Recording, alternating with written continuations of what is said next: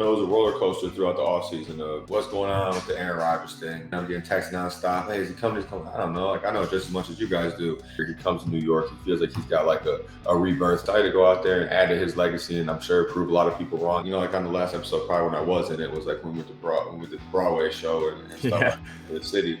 I had a couple of drinks and whatnot, and they're like, "You're gonna be mic'd up." I'm like, "Hey, I got a couple of drinks in this. Make sure keep it. Don't make me look too bad out here." All right, guys, welcome back to the Practice Squad pod. Notice it's me doing the intro, not John. John is celebrating his birthday. He's a little bit maybe not feeling so good this morning, but he's also got a lot of work to do. So just going to be me and an awesome guest, Tyler Conklin, who we're really excited to have on during his bye week. He's made some time to come on back on the pod. Second time occurrence being on the pod. So we're very happy to have him on, man. How are you doing, Tyler?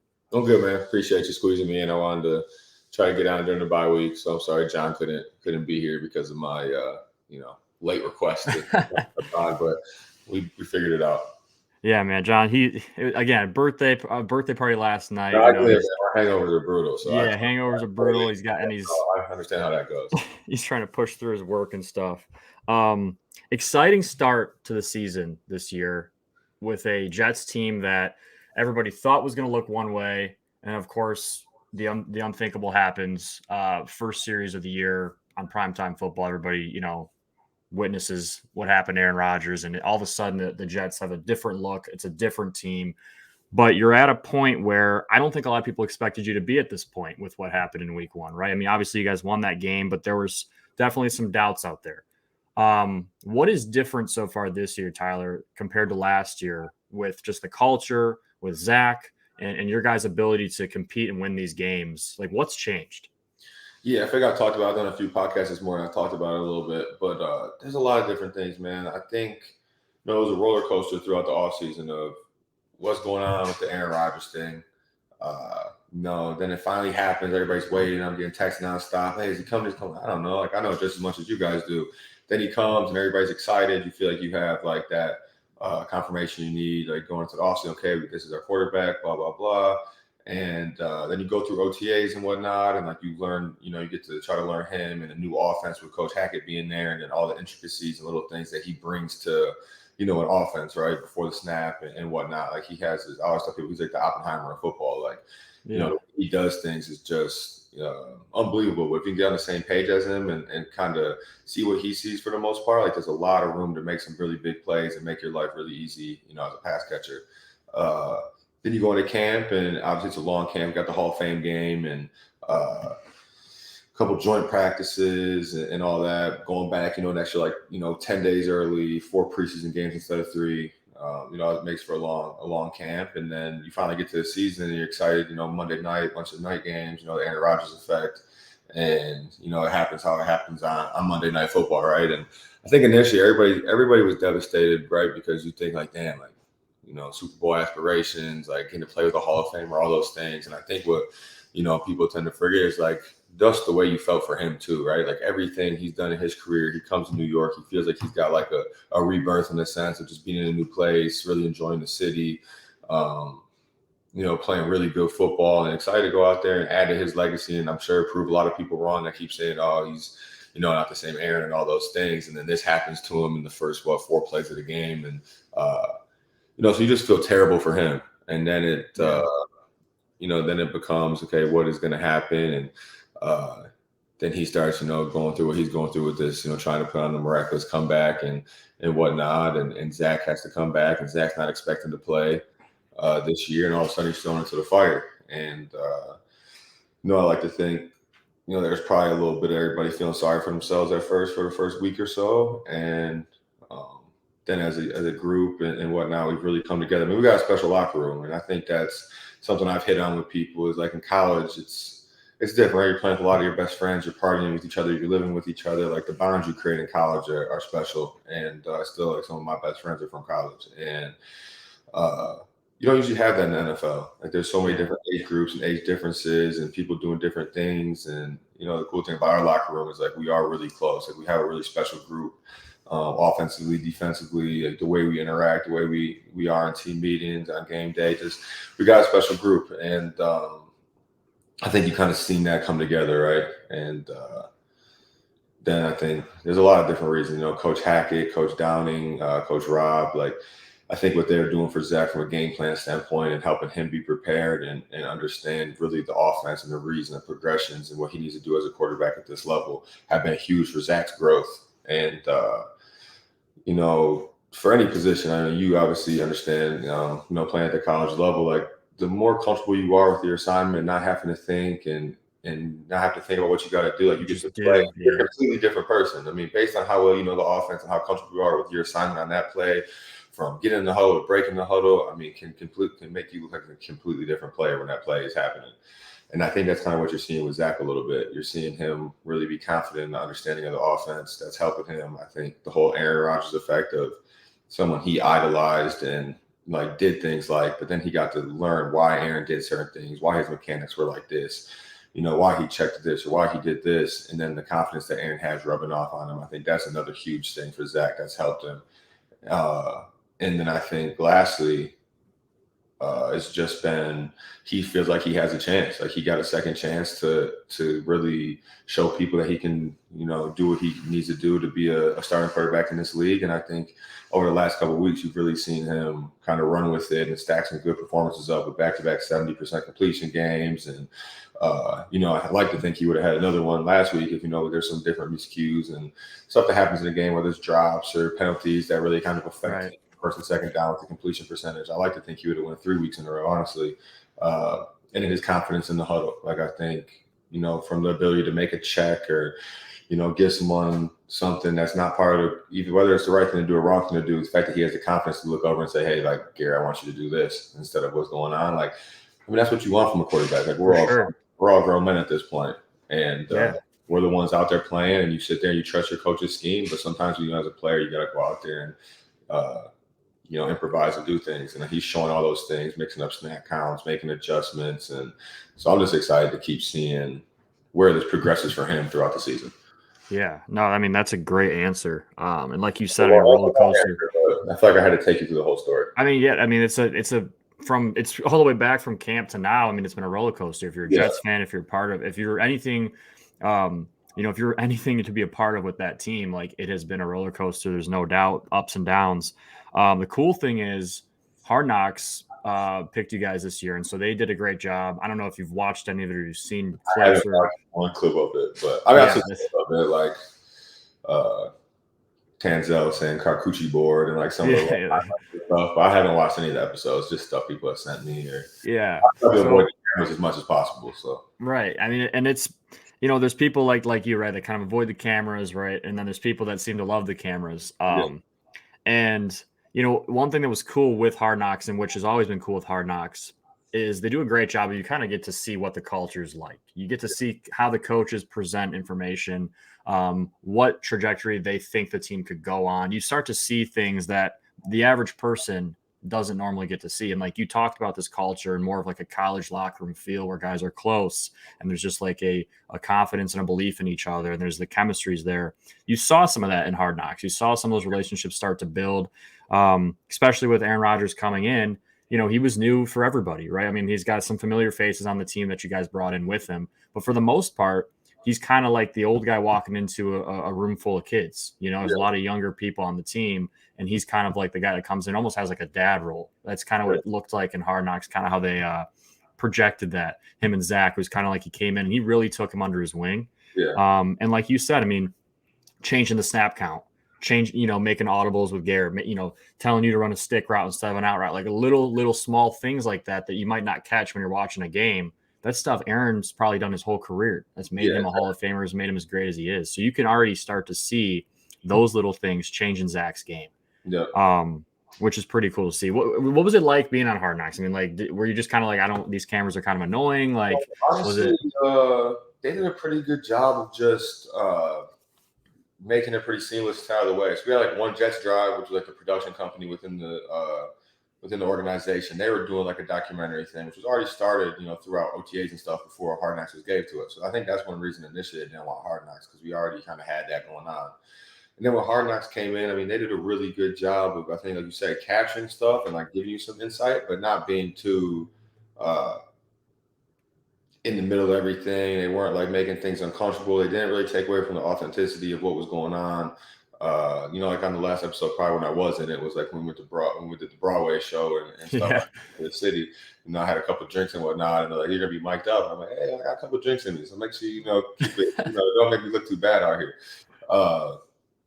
But they made it pretty seamless, and I think they did a good job of capturing. Like, yeah, Aaron does have a little bit of like the dad role in a sense, but also like I think the cool thing about Aaron is like initially when he first got here, he made it like a thing to sit at different tables, to talk to different people, to learn people's names. Like there was a group of us, we always kind of sat at the same table and talk, and he would always give us a hard time. Are you guys gonna like break it up a little bit and like sit with some other people? And on top of that, like he is just like one reason I think that he plays still is because he can do it and he's talented and he's one of the best to ever do it. But it's also because of the locker room, because of like messing around with the guys. And I mean, there's probably nobody on the team that like busts people's balls more than Aaron does. Like whoever it is, he seems like one of. I mean, and the media the media the last few years have portrayed him to be like this bad teammate. This like there's always been this negative thing, and I don't know. I mean, a lot of people will just hate greatness and they'll find whatever they can to, I mean, they've done it with Tom Brady. There's been years where he's gotten a ton of slander in the media. I mean, no matter how great you are, there's going to be somebody that has something negative to say. In the last few years with Rodgers and these Packers teams, didn't live up to the expectations that they had. There was this slander of him constantly in the media. Can't say this. Why is he acting like this? Bad teammate, selfish. And then you see him in Hard Knocks and you see him kind of take some of these younger guys under his wing, helping Zach, doing stuff that he doesn't have to do. I mean, he just doesn't have to do it, and he's choosing to do it. Yeah. And I think it showed really who he is. And I think that really benefited not only just the rest of the world seeing that he's not the bad negative thing that they're trying to paint him out to be, but that he's doing this, and it's a big part of why this Jets culture is changing, like you said, from a team that was struggling to win some games towards the end of last year, but still you knew had the pieces to do it, to this year so far, on the right track, right? Kind of against odds, but on the right track. Yeah, and that's what I was always interested. I was a Green Bay fan growing up. When I was playing in Minnesota, I didn't tell many people that. Because growing up, I grew up in Metro Detroit. My dad was a Bears fan. Where he grew up, everybody was Bears fans. I think as a kid, my older cousin was a Packers fan, so I just wanted to be a Packers fan just to make our dads mad because they're Bears fans. So I grew up a Packers fan, and like, I always was a fan of Aaron. And then you do hear like all the media stuff, right? And then you wonder like, how true is it? How is it? I always give people the benefit of the doubt because like I know how the media is, and like I've had my fair share growing up and just through even high school, college, everything of like people saying I'm a certain way, and I'm like, I don't even know these people. Like, how are they going to say I'm this or that when they don't even know who I am? Exactly. So I've always tended to give people the benefit of the doubt because of that. And then you meet him, and it's nothing like what people say it is. He is a really good teammate. He is there to help you. I mean, he is a competitor. Like, like you want to do things the right way for him. You don't want to mess up. Like that's the thing that I think his presence and what he brings to the team is the fact that like I always tell people when he came, like my big thing was how can I be one of the best tight ends that he's played with, right? Like when I'm done playing with him, whether it's 1 year, 2 years, 3 years, however long we play together, how can like I like him being done playing with me and be like, you know what, he was one of the better tight ends I played with throughout my career. That was something for me. And I'm sure Garrett thinks like that with the receiver, like him playing with Devontae. I'm sure Garrett's like, hey, like I want to, Aaron to get done playing with me. Like, damn, like he was just as good as Devontae or better or right up there with him, whatever it is. And I'm sure a lot of people feel like that. So there's little things like that when you're playing with the Hall of Famer or somebody that caliber that it automatically raises the level of play by everybody. And then on top of it, his understanding and like what I was saying earlier, like if you can get on the same page as him and see what he sees, like we joke around like in the tight end room because maybe in practice like he'll do stuff that like we haven't gone over on purpose just to see like can he figure it out, can he pick it up, like to test your intelligence as a football player. And when you get it right, you feel really good. When you get it wrong, fuck, I'm an idiot. Like I should see. And we always look around like every once in a while, Coach Mid's like, Coach Mid be like, you couldn't have seen that, and like. We don't speak Aaron. Like sometimes you just gotta learn. You gotta learn. Aaron's an alien, man. Aaron 101 or 301. Like I'm not in 501 yet. So you're trying to figure out how to see what he sees and understand him. And like if you can do that, you understand why the offenses he's been part of are so special. And some players, have careers playing with him like they've had because he's unbelievable. I'm starting to think he might not be human just with, I mean, obviously how quickly he's already recovering from this injury, but some of the throws that you see him making games, obviously throughout his career, and then you see some of the stuff in clips like in Hard Knocks, like how often in practice, because practice, obviously most people don't see, right? You're a part of practice. You get to, you're on the receiving end of a lot of these freaky plays that he makes. How many times in practice are you, maybe you run a route and he throws it away from you and you're like, holy shit, did he really just do that? Or like the ball will come to you and like, how did he fit it in that window? Like, is it like at least once or twice a practice, or is it like at least once or twice a practice, whether like you're not in for the play and he throws it to somebody else? I mean, I used to be in awe when he would just be on the sideline throwing. But the crazy thing is that like Zach does that too. And that's the cool thing about Zach is like obviously he's had his ups and downs and his struggles and whatever it may be. I think at quarterback, especially in any position, like there's so many variables that go into a player being successful. The scheme, the coaches want an ability to help that player be successful. How good of a facilitator of learning a coach is. That's why I say coaches facilitate learning, right? Like there's some coaches that tend to care about teaching and whatnot more than others, like Coach Hack and Coach Downey and Coach Rob. Like Coach Hack is one of my favorite, if not favorite, coaches to be around, especially someone as an offensive coordinator, because he just makes it so fun. He makes it enjoyable. You don't dread going to meetings. You're excited going to meetings. It's like you interact. He makes it enjoyable. And then Coach Todd Downing, he was actually my tight end coach my rookie year in Minnesota after some things happened. And when he was my coach, like he came from being an OC at one point, a quarterback coach, and being in different roles like that. And he was always someone that like really wants you to understand the game. Like I joke around, like it'd be week 14 and he'd be explaining, this is the read on Dragon Lion. And he'd be like, okay, I get it. Like he reads this side versus open, he reads this side versus closed. Got it. But like he would still like reiterate that at that point, week 14. And as a rookie, it was nice because you're still trying to learn the game in so many different ways. And I think that stuff goes directly to Zach right now. And like you've always seen the special, flash plays of him throwing incredible throws like Aaron does. And now I think you're starting to see Zach get more consistent with the stuff that he needs to be able to do on a consistent basis. And that's why it's coming all together. But between the two of them, you see a lot of special throws. But, I mean, the stuff Aaron makes happen, it isn't he's wild. different. He's just a different, like. Playing, he is really different. Like, it. Like, I would see it when I was in Minnesota. Me, Sean Mannion, and Kirk, we'd watch film on Thursdays together. And, every once in a while we'd watch, like he'd be watching Aaron Kirkwood. And he'd be like, how the hell did he get to the backside and throw a deep through versus this? Like, I would have never thought to get there. Like, he threw a corner post. I don't remember who it was against, but to Devontae Adams against somebody on like the right sideline in Green Bay. It's just little throws where he threw against, I think it was against the Lions. He threw like a little bender seam to Tanyan between two people and like a cover two. Yeah. Basically caught it for Tanyan. It's just like throws all over the place that are just, ridiculous stuff. Yeah, there was a clip in Hard Knocks where he threw they were on the right hash and threw a ball outside the left numbers, just like a back shoulder, just like in the defense. Yeah, and they're talking like you shouldn't be able to do this. Like you're not supposed to even look to do this. Chip flat on the backside of like the concept that really wasn't even in it. And Ruck did a good job of like kind of realizing it was like the timing of a scramble drill in the sense, and like when it pushed up and came back to the front pylon. And yeah, the fact that he can just whip it out there side on. It's ridiculous, man. You guys are coming off of 2 huge wins, right? Obviously, you're in a bye week now. But the Denver win I want to start with it seemed personal, right? Obviously, with the offseason statements, that game meant more.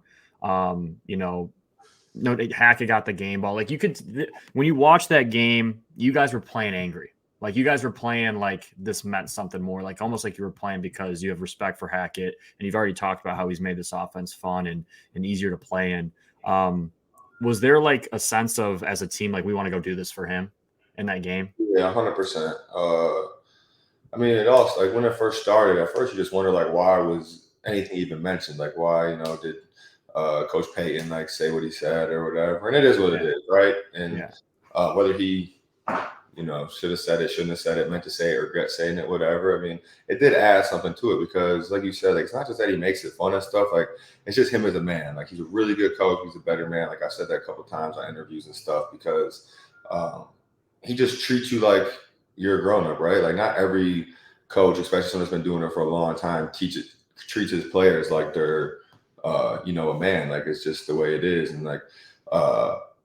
He'll just, he texted me yesterday, like the way he just like communicates with you and wants the best for you, and like he wants you to play well. He's going to teach you when you mess up. Like he's not just going to resort to ripping your ass right away, right? Like if it's necessary, it's necessary.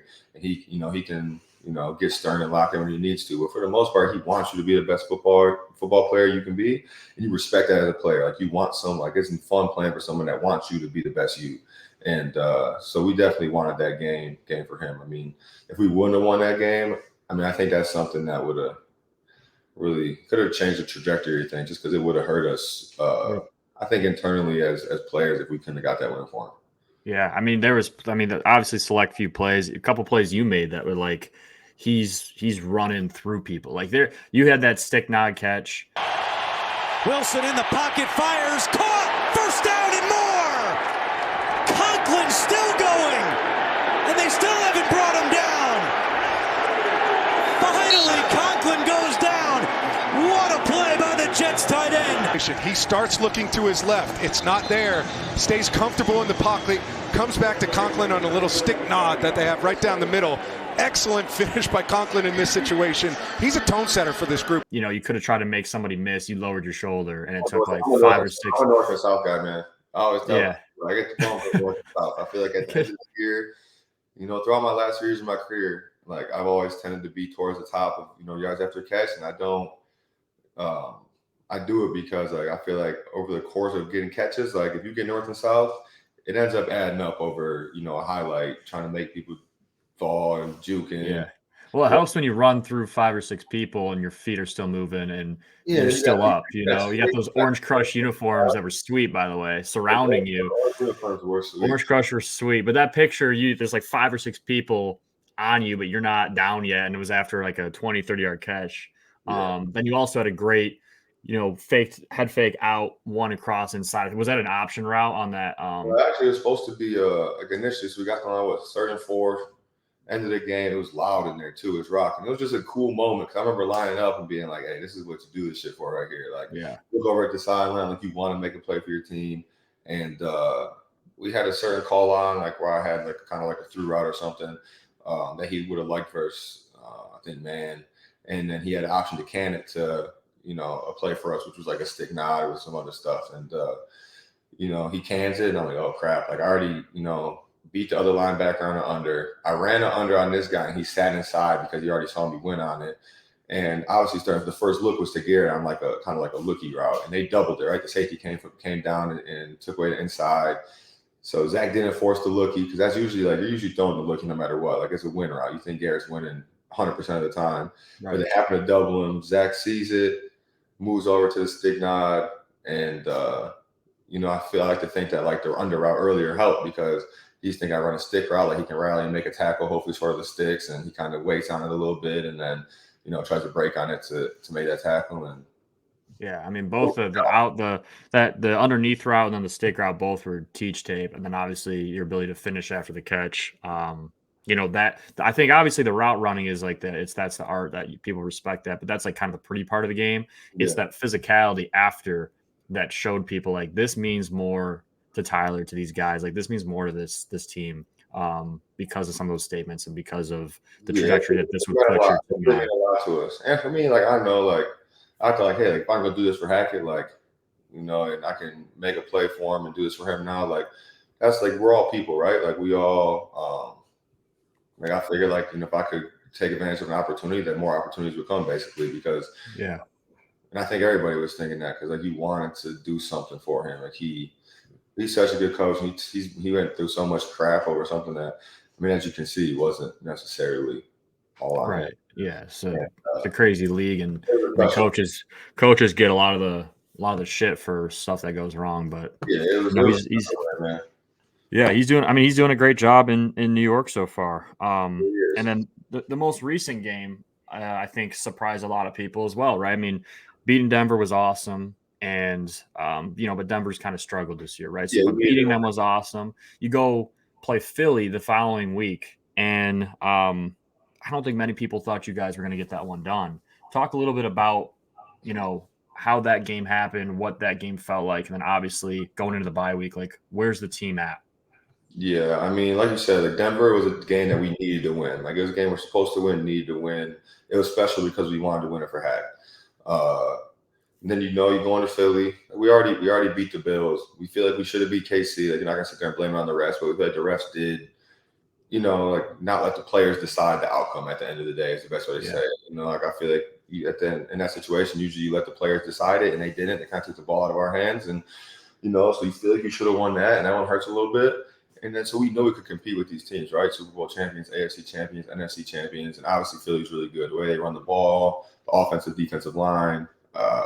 And I always say, like, you look at Detroit, like, any team that has a good offensive and defensive line is going to be, for the most part, a good team, right? And then how good is based off, obviously quarterback play and skill positions. And, I think the thing about this team is, like, everybody thought we could and would win. Like, there's never a doubt that we can't win the game. We never go into a game thinking, oh, this is going to be one we might not be able to win. And, obviously without Sauce, without DJ Reed, Brandon Echols, like, a lot of players that missing a lot of key guys too.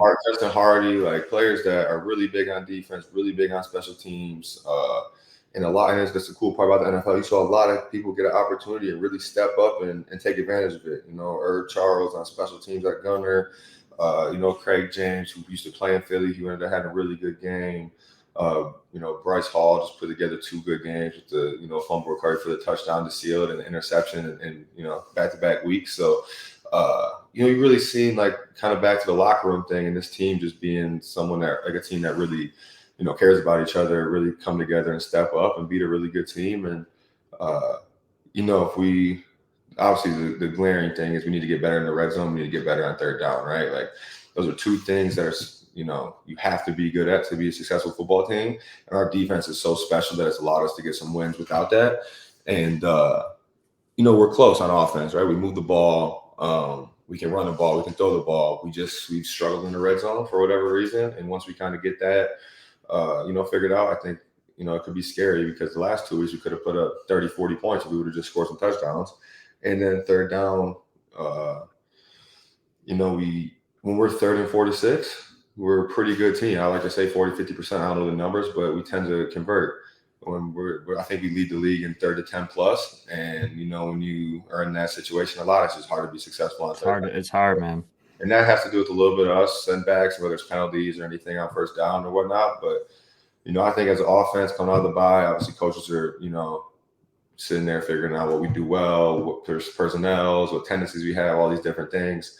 Why are we struggling in such and such situations? We'll come back, we'll have a plan, we'll get better at it. And if we can get better at those 2 things, I mean, the sky's the limit. Yeah, I mean, 3rd and 10 plus, you're going to get some tough looks in the secondary. Yeah, it's tough to get open, and it's tough to find somebody, on 3rd and 10 plus.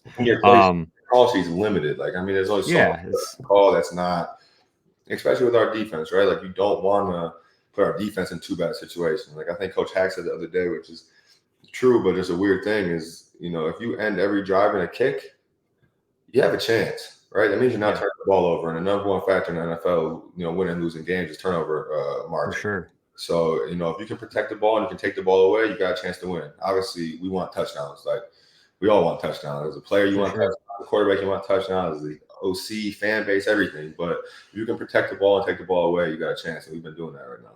Yeah, we recorded our full episode a couple days ago, and John called it a bold take, but I said, from what I've seen from the Jets this year in terms of the AFC, I mean, with Rodgers, without Rodgers, I think that you have a chance to represent the AFC.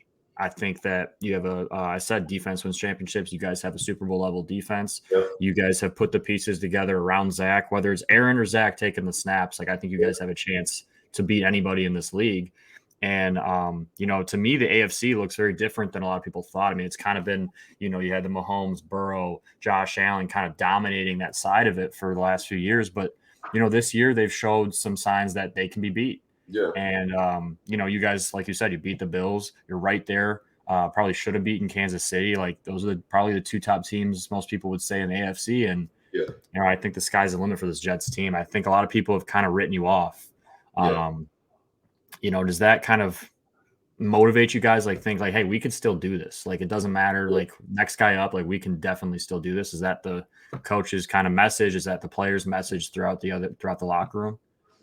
Yeah, I mean, it's not so. I mean, our big thing is that we try not to pay attention to the media and the outside noise, right? Just like any team, but in New York, it's even more of a emphasis because It blows up. if you're doing good, they love you. When you're doing bad, they hate you as a player, as an organization, as a coach, whatever. Like it's always highs are high, and lows are low. And I agree, though. I think we have a Super Bowl caliber defense. We have the ability to adjust. We have the ability for players to step up. We have pieces on offense. We can move the ball, and it's kind of just back to like I think that. I mean, it's a long season, right? And like in my opinion, we can't have. I think if you'd ask anybody on our team, you can't have games like we had against New England, right? That's a game where we should win. New England's just struggling right now at the moment, and that's a big rivalry game and a game that you think you need to win, especially the streak they've had on us. But if we can get the third down in the red zone to head in the right direction, and we keep all these other things going. Not turn the ball over, take the ball away on defense. Defense plays, lights out like they do. And when they do have a slip up or whatever, the offense can. That's what it's about. It's complementary football, right? Like our special teams has been a huge thing that I don't know if it's getting enough credit. Like Coach Boyer is a hell of a coach, and we got some really special people on. Like Justin Hardy, obviously a all pro guy, but there's so many people on that core unit that make the teams go. And we made huge plays on that unit. I want to say every week, right? The game-winning punt return in week 1, which is crazy. The first punt against Denver, Irv Charles on his first ever NFL play goes down and forces a fumble on the punt returner. The first 2 punts last week, he goes down there and makes huge tackles. Whatever, it's been fumble recoveries. Like if all 3 of those units can come together and when one's not doing, because it's football, there's good and bad days and there's good and bad series and plays. And if you can make up for each other and have each other's back, that's how you end up being a Super Bowl team. So, keep having each other's back and doing what we're doing, get better on third down in the red zone. And I agree. Yeah, I mean, I'm excited, man, because, obviously the Jets have been struggling as a franchise for so long, right? Yeah. I mean, you can compare them to the Lions. You can compare them to some of these teams that just haven't had a lot of success in our lifetime. And it's pretty cool to see some of those franchises on the up and up.